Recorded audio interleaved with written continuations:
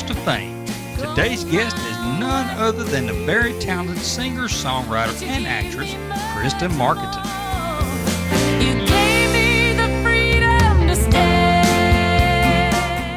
I know I promised not to cross that line. Told you I'd never leave you behind. We hung our feet off that bridge. Kristin is a classically trained, extremely versatile singer with a wide vocal range and an uncanny ability to perform virtually any musical genre or vocal style. Let's sit back and catch up with Miss Kristin Markiton. We'd like to welcome Miss Kristin Markiton with us today. Welcome to Trails to Fame. We're so glad you're here today. Well, thank you. Wow, Thanks for I have having read me. your biography, and it's an amazing career you've already had so far. Well, thank you. Well, tell me, a lot of people know you're a master vocalist and a top entertainer. Tell us how you got started as a singer. Did you discover that at a young age? Or was that a gift or late bloomer, young age? Well, yeah. So my brother used to get just really annoyed with me because I just sang all the time, you know, even the commercials, you know, and so yeah, I started singing at a young age. I would make the family come down and I would stand on the fireplace hearth and I would use a pool cue, and I remember singing Marie Osmond's Paper Roses. Do you remember that record? Yes, I do. And that ages me, but I'm telling my age, but that's okay. But yeah, so yeah, I kind of knew, I just kind of grew up singing, just came up singing. Now, did you come from a background of music in your family? Well, I get my voice from my mom. My mom has a beautiful voice. She used to sing with a band at the Elk Lodge. She had a little band when she and my dad met. And so that's where I get my voice. Other than that, though, there wasn't, you know, like there weren't a whole bunch of instrumentalists like Joey Garland's family over there. So it was mainly just singing. So. Well, good. Now, where are you originally from? Now, are you in that same area? I'm originally from Washington State. Okay, so Yeah. now you're here. Yeah, Spokane, Washington. Wow. My great-grandfather is known as the father of Spokane. He was a founder and like a pioneer, did a whole bunch of really cool things in the whole the Spokane area, and my whole family still lives there. So. Wow. Now, did you receive any formal training in music, or were you self-taught? Yeah, I started taking voice lessons I took piano lessons for like 4 years in high school, and I sure wish I would have kept that up. I took voice lessons starting in college, and then I just continued. When I got here to Atlanta, I was working with her name was Irene Harrower. She was just one of the best known voice teachers here in the Atlanta area. And you know, that was when I was singing with the Atlanta Opera. I sang 1 year with the Atlanta Opera. So I'm classically trained. You know, as well as, so yeah, I sing a whole bunch of different styles of music. And now you teach also voice lessons, I heard. Yeah, and of course, you know, with COVID, I've been doing it just from my home studio and on either FaceTime or Zoom. But yeah, I'm teaching voice lessons now out of my home, yeah. What was it like for your very first public performance, and how old were you? Well, other than, you know, high school, you know, I sang in high school with the choruses and you know, did all of that. But after high school, I went out on the road with this Christian singing group called Continental Singers. And I ended up traveling a lot, like, because I ended up falling in love with the director of my tour. My first tour went to Asia, and we went to Singapore and Korea and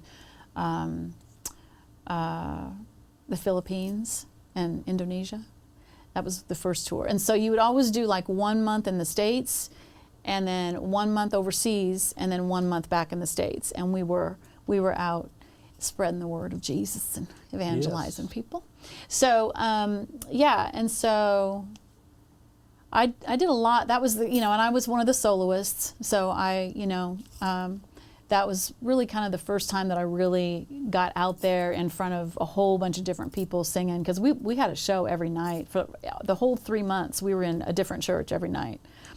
So that was kind of the first, I guess. What would you consider your first big break that took you to your professional level? I started doing musical theater. So, of course, Spokane Civic Theater was the first, my first. And once I did a couple of roles at Spokane Civic Theater, and that wasn't paid, but I had the bug, and I just loved musical theater. And I did a role I played Cinderella in Portland, and I remember they called me and said that they were going to be paying me for the role. I was like, what? You're going to pay me? Okay. And then when I moved to Atlanta, of course, and I think that was 95. Yeah, 95. I moved to Atlanta, and I started doing professional theater in some of the professional houses here in the Atlanta area. So my first real professional singing was in theater. Tell us about your awards. I'm told you won the Georgia version of the Tony Awards for your musical performance. Yeah. Georgia has their own little, Atlanta has its own little version of the Tony Awards. It's called the Susie Bass Awards, named after a beloved Atlanta area actress from back in the day. And I was actually, nominated twice, 2018 and 2019, for Best Female Lead in a Musical.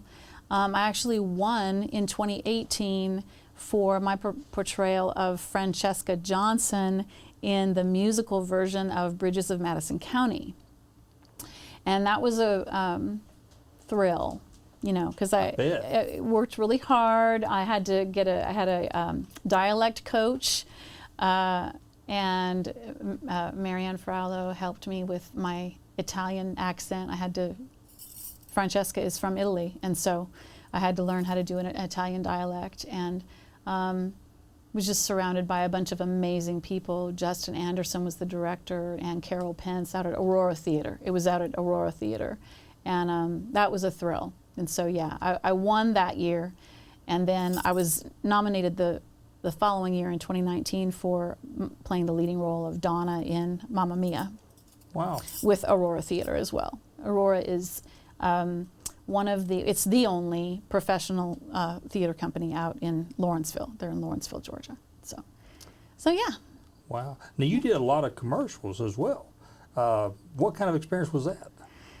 Oh yeah. Like jingles? Yeah. Just from time to time, I get the majority of the jingles actually were up in Fort Wayne, Indiana, at Sweetwater Sound, which has, of course, now become a huge multi-million-dollar, place. But back when I was in Fort Wayne, Indiana, I would just go into the studio and sing jingles and I don't know, Fort Wayne baseball and The Works toilet bowl cleaner. And then from Atlanta, though, it kind of was more singing demos. So John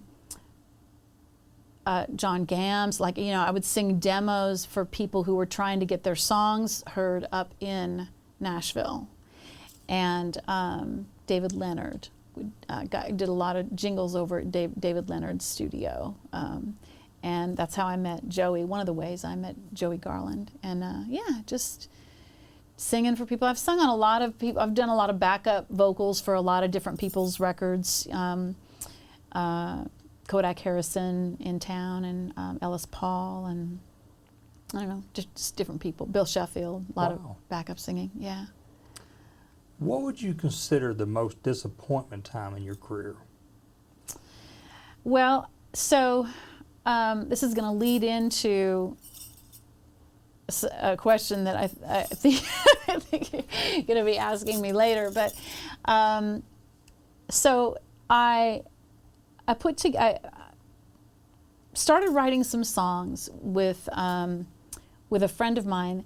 I had my son in 1999, and I was a nanny, and so I would go and I would take him and babysit over at this guy's house. His name is Walter Sorrells. He and his wife he's a novel, mystery novel writer. And he and his wife needed childcare. So I would take Van over and watch their son. And Walter and I got to be really good friends with the whole family. And at some point, Walter and I started to write some songs together. And subsequently, we ended up performing out a little bit, and then decided, well, why don't we record some of these songs? And so I decided to record an album. And by then, I had met Christian Bush through Kodak Harrison. Wow. And actually, I had recorded a little record with Christian and Brandon Bush, just a little record that I wanted to do for my family. And they helped me with that little record. And that was in like 1999, because my son was just born. And then when it came time to do the record, I went ahead and called Christian to see if he might be willing to help me do the record. And indeed, he said yes. He said, but I just got to let you know, I've got this project in the works, and if it takes off, I'm not going to be as available. Well, of course, we know the project was Sugarland. And so we were kind of recording my record right around the time that Sugarland hit big. And luckily, Kevin Leahy, who ended up going out on the road with Zach Brown Band later on. Kevin Leahy is the drummer on my album, and he ended up helping a lot with the production of the record. And the disappointing part came. So we did this. We put together this amazing record. I did some of the co-writing. Christian and I co-wrote one of the songs together, two of the songs together, and then I just started pulling together songs from other people. So there's a bunch of really great songs. And then Christian and Kevin started pulling together this amazing band. Scott Patton is on guitar. He ended up going out on, being Sugarland's guitar player for years. So, I have all these amazing people on this record, and great songs, and it's this great record. And I just somehow didn't figure out how to promote it and put it out there. And then I started realizing that I had to get a day job because I wasn't making money. And somehow the dream just went away. It just like I had to start working. And that was a really actually kind of dark time in my life, because I felt like my dream had just died, just like vanished. So yeah, that was the rough time. Well, now you finally did come out with a CD, probably several, but one thing we must talk about is your latest CD. Tell our audience and the household name of who produced it. Now, is that with Christian Bush? Yeah, that's the one, and it wasn't. It's not a new record. it was, woo! It was produced many years ago. Wow. And like I said, it's just been on the shelf. I had it at CD Baby. I've had it at CD Baby, but I never ended up getting it released on all streaming platforms. And so now my son is 21 years old, and he's like, Mom, you've got it. This is such a great record. You need to get this out. So I am now in the process of starting to get that ready for release on all streaming platforms. Because I just feel like, it's just, I don't think it's going to make me famous. It's not about that anymore. It's about just, look, it's a great record, and there's Yes. I feel like I did a disservice to those amazing people that are rallied around me to create this amazing work of art, and then just didn't do anything with it. And so, I really do feel like it's my responsibility to figure out a way to get it out there, and so that people can hear it. So Now, having Christian Bush produce your record, would you say that's probably the highlight of your career? Certainly, yeah. That was it was a I've been reading a book lately on Dharma. It's called Finding the what's the name of the book? The Great Work of Your Life. Oh no, I can't remember. Okay, but anyway, it's Stephen Cope is the guy who wrote it, and Dharma is the word from yoga and Eastern traditions that means basically your life's path, your life's purpose. And when we were making that record, I was right in it. I just felt like I was just riding this beautiful wave of just this is exactly what I'm meant to be doing, and it was just a beautiful experience. The other around the same time, I also was recording a record with Delta Moon, is a blues rock band that I toured with for about a year and a half. They're based out of Atlanta, and I was a female vocalist, and so we worked on a record together. The name of that record is Howlin', and so that was another. I'm really proud of that record too. That was a really wonderful collaboration, and that's a great record too. And that one's everywhere. You can find that one anywhere. It's Delta Moon Howlin'. So if you want to find it, you can go We're find gonna it. check that out. Yeah.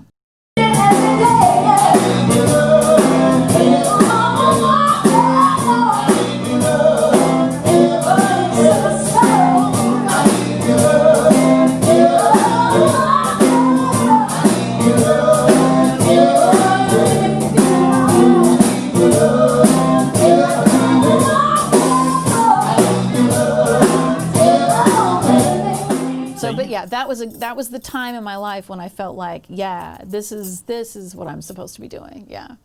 And you mentioned your son. Now I heard he has followed his mother's footsteps. Now writing songs and singing as well. Tell us about that. Yeah, he is an amazing songwriter. He's getting really good on the guitar. And he is really a singer, and he is a wonderful producer too. So it's a lot like the Billie Eilish thing, where he just gets onto Logic, and he's got a microphone and a guitar and Logic and little keyboard thing that he bought, and he just goes to town. And so his songwriting is wonderful. He's released already on all streaming platforms 2 songs, and is getting ready to release another one on August 20. Well, I think the date changed. It was originally August 28th, and now I think it's September 5th. But anyway, he's getting ready to release another record, another song, single. Of course, now that's what they're doing now. It's all singles.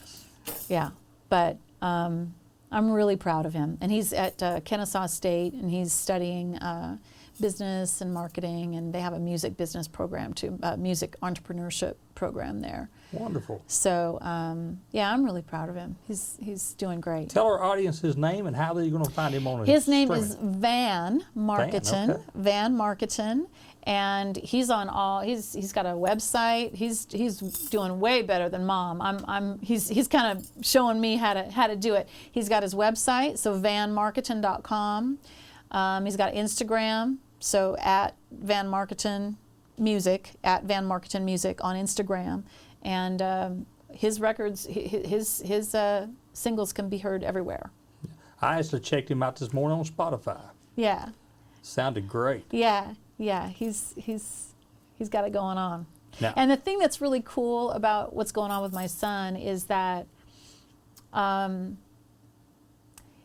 lot of my friends from my artistic and creative journey have ended up kind of coming into his life as well. Like, for instance, Troy Beazer was he was the primary writer of Sugarland's hit Baby Girl. And Troy Beazer is a prolific songwriter, amazing songwriter. Well, he also has a film company. He started a film company. And the summer after his senior year, Van needed a job. And so I reached out to Troy and said, hey, you know, could you use a 200-pound, 6'5" kid who doesn't know anything but who loves film, and I think that you and him, I think that you guys would really hit it off. Do you have any need for that? And so sure enough, Troy hired Van, and he worked for the summer with Troy with his film company, kind of as the grunt man running around, you know. Right. What do they call it? The production assistant, you know, yeah.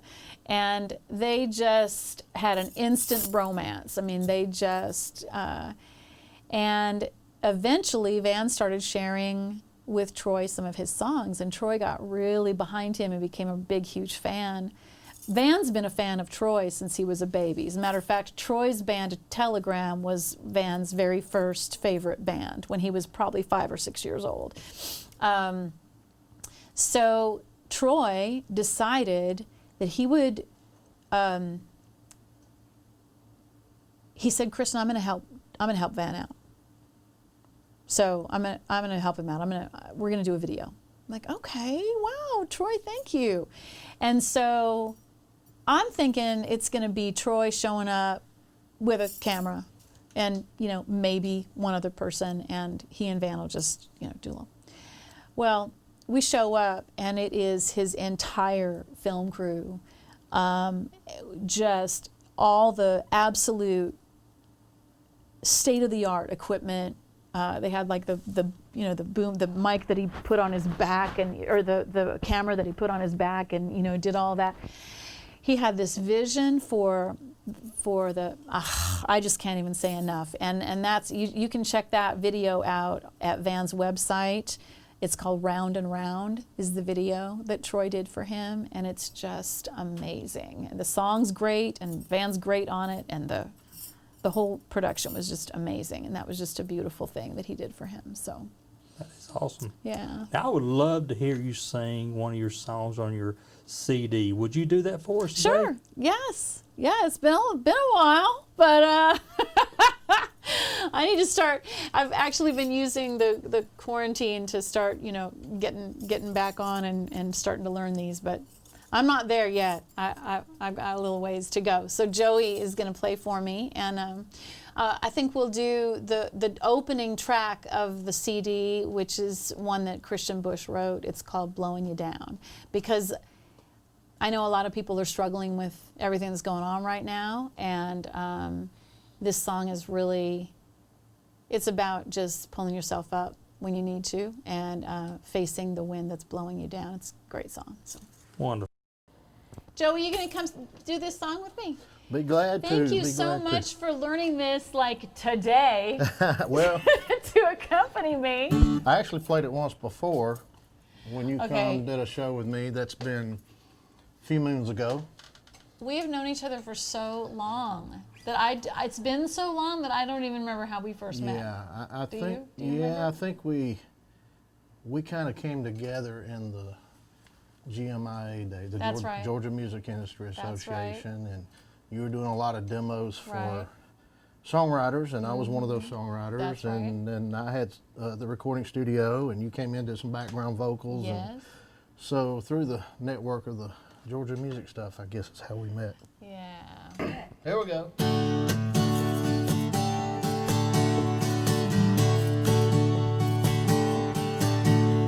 The first thing I knew when I left that old town, brown leather and cotton makes a soft, lonely sound in the shadows of old trees, like paint on the concrete, a sad wind blowing you down, blowing you down, out where the sea meets the sand, blowing you down.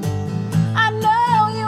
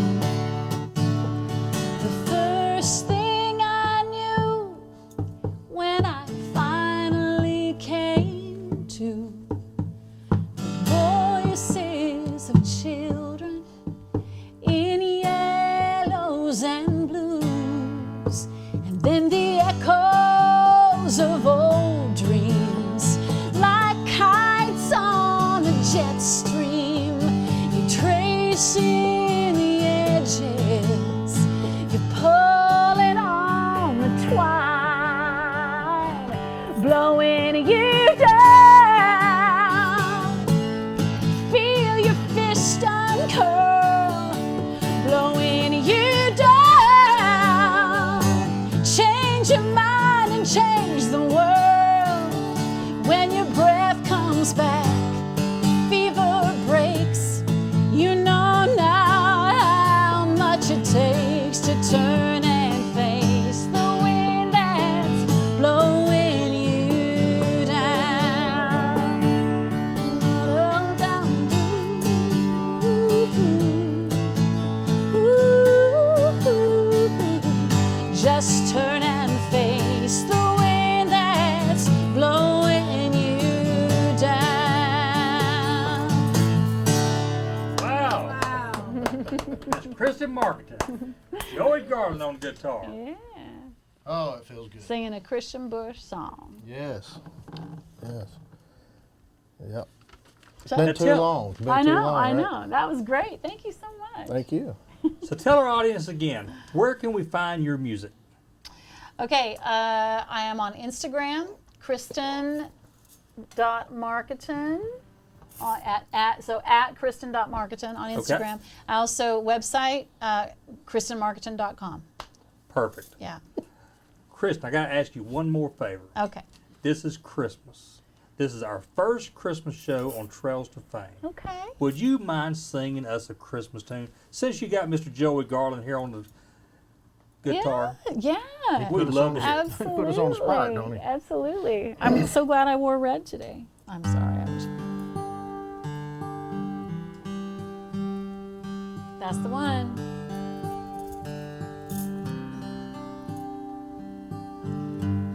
Have yourself a merry little Christmas. Let your heart be light. Next year, all our troubles will be out of sight.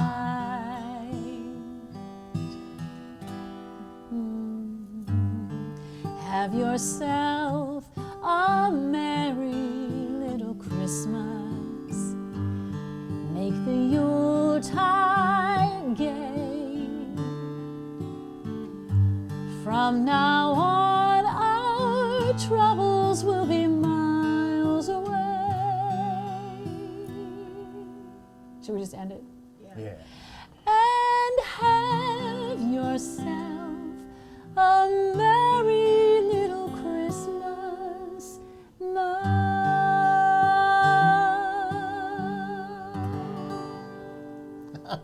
Yeah.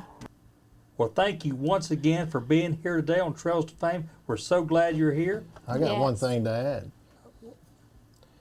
She is going to start being a regular part of something that you and I are involved in. The Outpost Opry. The Outpost Opry Variety Show. That's right. Welcome. Woohoo. That is awesome. Yeah, oh, and don't forget my son, VanMarkitonMusic.com and at VanMarkiton at Instagram.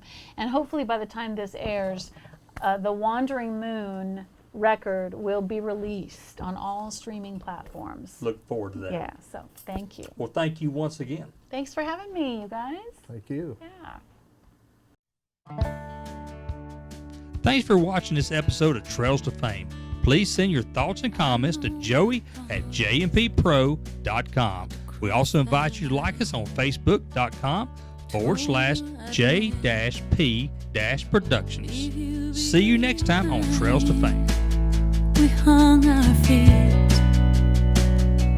off the bridge. I swore